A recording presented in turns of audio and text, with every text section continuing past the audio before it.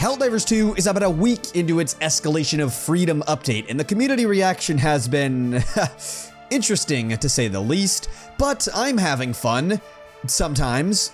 Not all the time, but it can be fun. Sometimes. Anyway, considering there's a whole new difficulty that features new enemies and new challenges, I decided it's time for another support weapon tier list. So I have grinded through this new update, and at times, suffered to create a new tier list, get new footage, and form a new opinion about the support weapons in the game. Keep in mind, this is all my opinion. As someone who has close to 400 hours, I have no life, and only plays difficulty 10. Once again, I have no life. That doesn't mean my opinion is better than yours, it's simply my opinion. So take this all with a grain of salt, because this game has multiple different playstyles, and honestly, every weapon in the game can be useful, which is why my list will not have an F tier and instead will go from S to D. Also, I'll be making two tier lists at the same time, one for bugs and one for bots. To keep it simple, we'll talk about and rank every weapon in alphabetical order. So with that out of the way, my name is Easy. Please go hit subscribe if you enjoy any and all Helldivers/gaming content. I'll be expanding outward a little bit and doing some Elden Ring videos and some other fun stuff coming up, so just subscribe if you want to see that. Alright, let's rank these suckers. First up, we've got the Airburst. This is a gun that just hasn't found its place in the game. It was oddly released when the Shriekers and gunships were added to the game, and with a name like Airburst, you'd think it was good against them. But players quickly realized this weapon was not suitable for fighting those enemies, and it kinda just became a glorified horde clear weapon for killing fodder. Considering it takes up a backpack slot and can only shoot once before needing to be reloaded, this weapon just isn't efficient at doing what a horde clear weapon should want to do, which is have a lot of uptime to continue spraying through enemies. Enemies? What is an enemies? Anyway, you get what I'm saying. It just isn't efficient at doing the only thing it's good at doing. The Airburst has some unique use cases, for example, horde clearing at extremely long ranges, but that's just a rare use case.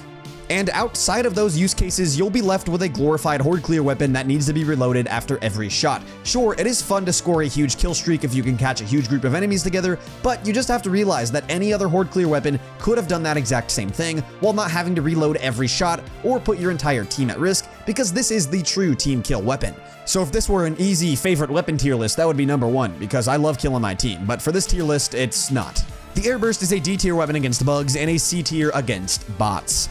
Next up, we've got the anti-material rifle. This is one of my personal favorite weapons in the game. Against bugs, it's just average because sadly the bug front is pretty much all about being able to kill heavy units like chargers and titans, and this gun really struggles against both. However, against bots, precision, skill, and positioning matter much more, making the anti-material rifle a fantastic choice for any mission. This gun can take down pretty much anything and everything besides tanks and striders. It deals with hulks in just 2 shots to the face, can take down gunships, so what more do you want in a weapon? The AMR brings it all. On our bug list, it lands in the B tier, and on the bot list, it is an easy S tier weapon. Next up, we've got the Arc Thrower. I really want this weapon to be good, but I'll keep it short and simple. I do not like it in the slightest. Against bots, it is essentially useless, especially after they nerfed its ability to stagger hulks a couple of months ago. Since then, it has just been an absolute pisser of a weapon on that front. However, it is okay on the bug front. It's kind of a jack of all trades, being a weapon that has the ability to damage any unit in the game regardless of armor, but doing so little damage that Helldivers 3 will be released by the time you kill a charger or titan. And by the way, in that game, fire just doesn't exist in the first place. They just got rid of it. But yeah, the Arc Thrower is also decent at wave clearing, as the bolts can jump to multiple enemies and usually one-shots them, but the weapon can be inconsistent, so it is kind of random. It also has unlimited ammo, which is really nice. So yeah, like I said, jack of all trades. It's okay at everything, but doesn't excel at one thing. My big issue with the Arc Thrower is that the Arc 12 Blitzer, which is a primary, seems like it could perform better than the Arc Thrower, which is a really weird thing that exists.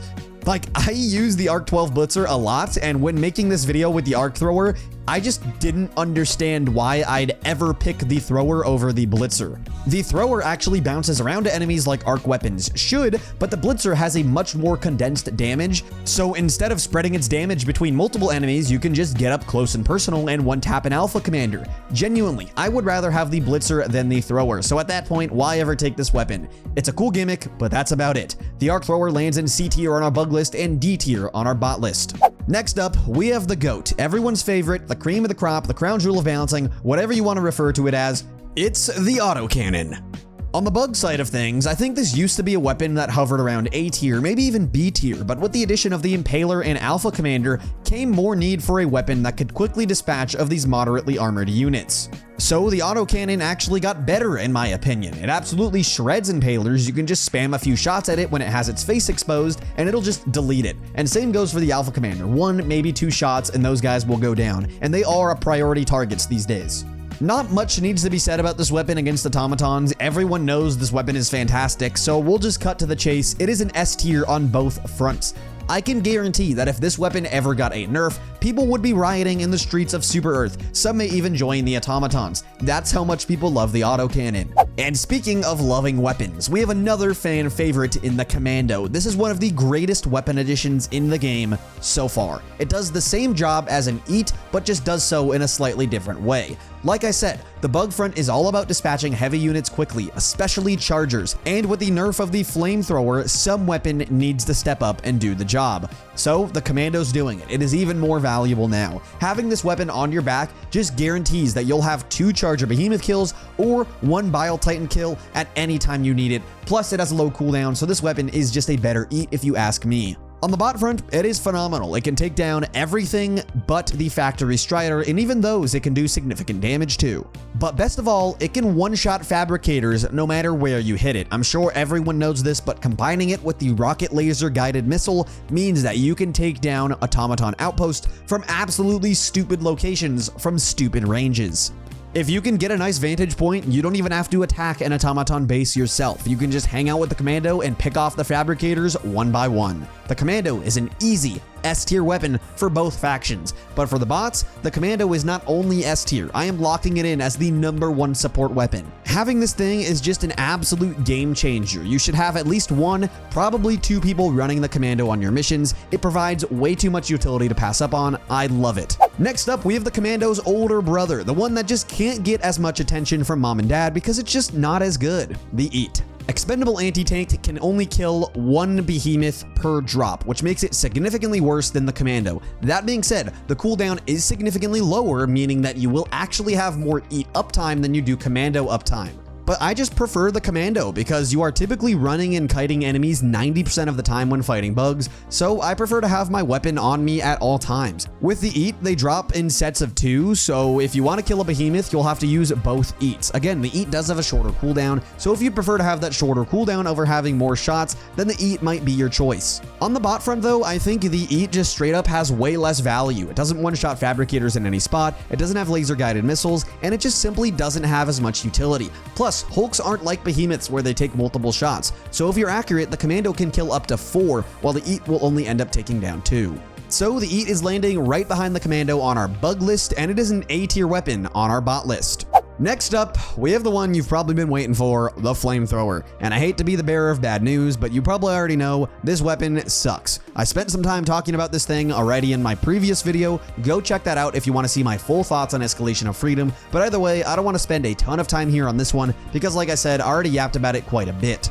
The TLDR though is that I hate the Flamethrower nerf. It is a very lame nerf and makes the gun just feel like a total wet fart. It used to be a badass weapon and it no longer is. So yeah, not much more needs to be said. The weapon is significantly worse than it used to be. I am not a fan. It is D tier on both lists. Okay, side note, if we're being realistic, it's probably C or even better on the bug list, but fuck this nerf, it's staying in D. Alright, next up we've got the Nade Launcher, the premier horde clear weapon. My favorite build in the game is still the Nade Launcher and Supply Pack combo. This is just absolutely devastating to bugs. This build will give you the fantasy that we all want from Helldivers 2, which is being an elite space soldier that can cause chaos and kill everything. Even without the Supply Pack, the Nade Launcher is goated. It definitely struggles with ammo problems, hence the Supply Pack, but you can use it more conservatively if you prefer to not have a Supply Pack. And it is slightly worse against automatons since it doesn't have armor penetration, and I really don't value horde clear too much against those guys. If you are taking weapons to kill the lower tier automaton units, you have to be absolutely trolling. Okay, those guys can be one shot by literally any weapon in the game.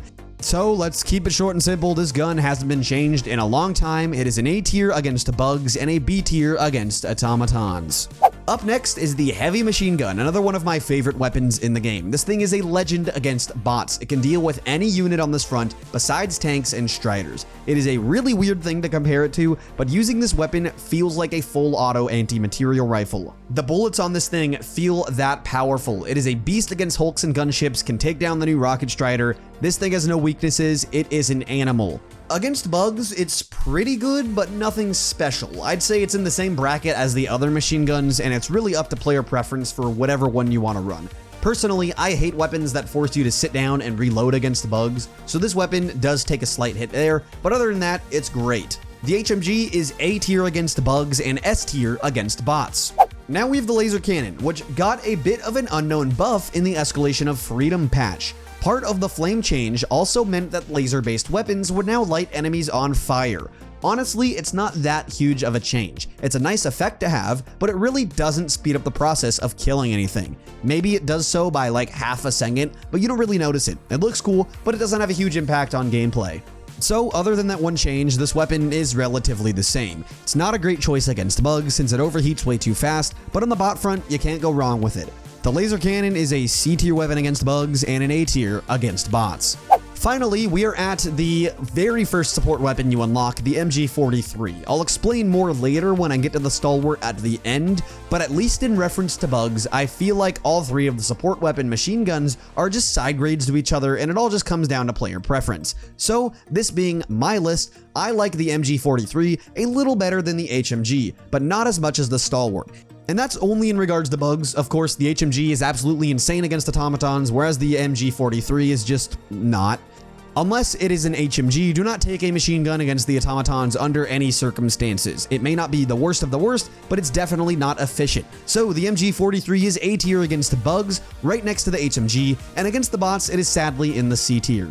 Next up is the Quasar cannon, and this is a gun that I think just hasn't aged well. It was undoubtedly an S tier gun when it first released, then they nerfed it, then they released the Behemoth, which nerfed it even more, and now the Impaler has arrived, and big surprise, this gun is not great at taking those down either. The Quasar isn't bad by any means, but it just has such a sad fall from the top spot. I remember the Quasar used to be the gun you could just lock into any loadout and it would be perfectly fine. It was the perfect complement, but now I just don't see a reason to ever take this weapon. Again, not to say it's bad, in fact it's still pretty good, but the Quasar is just so outclassed by things like the Spear, Eat, and Commando to the point that I just don't ever want to use it again.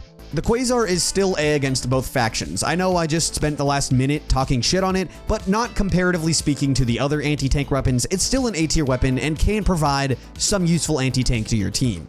Next up, we've got the Railgun, another gun that had a spot in the S tier at some point, but a nerf took it all the way down. That being said, I think the Railgun has aged pretty well since that initial nerf. It got a really small buff one time, but I think it's more so the changes to enemies that are making this weapon have some more relevance. I'll be honest, over on the bug front, not much is different, but on the bot front, they just nerfed gunships to have less HP and added the Rocket Strider, which cannot be killed as easily as the Scout Strider. But do you know what can one-shot Rocket Striders? The Railgun. It can also one-shot Hulks and can actually damage gunships after the change, and takes care of pretty much anything else on the field. I actually really love the Railgun against automatons at the moment. I think it's making a huge comeback over on that front, but it just remains average against Terminids. So I'm putting it in B tier against bugs, and at the top of A tier against bots. Now, we're in our final three, starting with the Recoilless Rifle. Unfortunately, I think this is a support weapon that also suffered the same fate as the Quasar. It used to be a top-tier anti-tank, but after all the additions to the game like the Behemoth, Impaler, and Commando, this gun just remains not your best choice for anti-tank. This might be a hot take, but I absolutely hate this weapon against bugs. I don't know how anyone ever takes it because, like I always say, Terminids are all about killing their best units as quick as possible. You need to get rid of Chargers, Bile Titans, and Impalers as soon as you can, and the Recoilless just doesn't do that, especially because you have to sit down and reload, which is not the case for any other anti-tank in the game other than the Spear, but we'll get to that. Either way, this gun has aged like milk when it comes to bugs, but I guess against bots, it's still fine, but I'd much rather take any other anti-tank in the game. So against Terminids, the Recoilless is landing in B tier, and it's going in A tier against automatons. Finally, we've made it to the consensus best support weapon in the game, and I can agree with it. If I had to take one gun for the rest of my life, it would probably be the Spear. It's just that good. The Spear is the only anti-tank in the game that can full one-shot any unit on the map besides a Factory Strider, and even then it does significant damage to those guys. Bile Titan, Charger, Hulk, Tank, you name it, this gun can take care of it in one quick shot. It can also take down pretty much any building in the game in one shot, including fabricators, spore spewers, and shrieker nest. This thing is just everything you want in an anti-tank weapon. It would be devastating if it got nerfed. So it is going into S tier on both lists, but I think it's going in second place against automatons because I honestly prefer having the Commando. I think it just has a little better ammo economy, doesn't require backpack, and due to the low cooldown, it has a little bit more versatility, but still, you can never go wrong with having the spear equipped. It is goated. Alright, finally we're on our last weapon of the list, the Stalwart. This is genuinely one of my favorite guns in the game because it just brings you that fantasy that you really want in this game of being able to hold the shoot button and just destroy everything in front of you. It is the most fun weapon in the game, at least for me. Nothing beats tearing through terminated flesh while spraying and praying with the Stalwart. But like I said earlier, I think when it comes to the machine guns on the bug front, it is honestly down to player preference. If you want to be able to reload on the move with high fire rate, Stalwart is your pick. If you want extremely high damage and armor pen, HMG would be your pick. And if you want something in the middle, the MG is the perfect choice.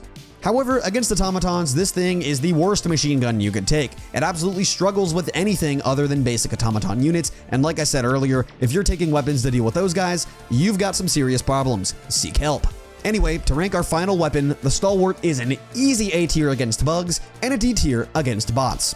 So, here on screen are my final lists. Please remember that these are just my opinion, and the great thing with Helldivers 2 is that many weapons, many playstyles, and many loadouts are viable. So just because I think something is good and something else is bad, doesn't mean it's actually good or bad when it comes to how you play the game. Speaking of, I want to hear your opinions down below. Let me know how your list would be different from mine, and let's discuss. Lastly, I want to ask you to follow me on Twitch. I am live Monday through Friday at 5:30 p.m. PST. So hop in there if you want to join me on some Helldives, watch me play some variety, or talk further to me about the game or anything else. That's the best way to reach me. Twitch.tv/itseasymode. Link is in the description as well. I hope to see you there. But that's about all for me. My name has been Easy. Take care of yourselves. See ya!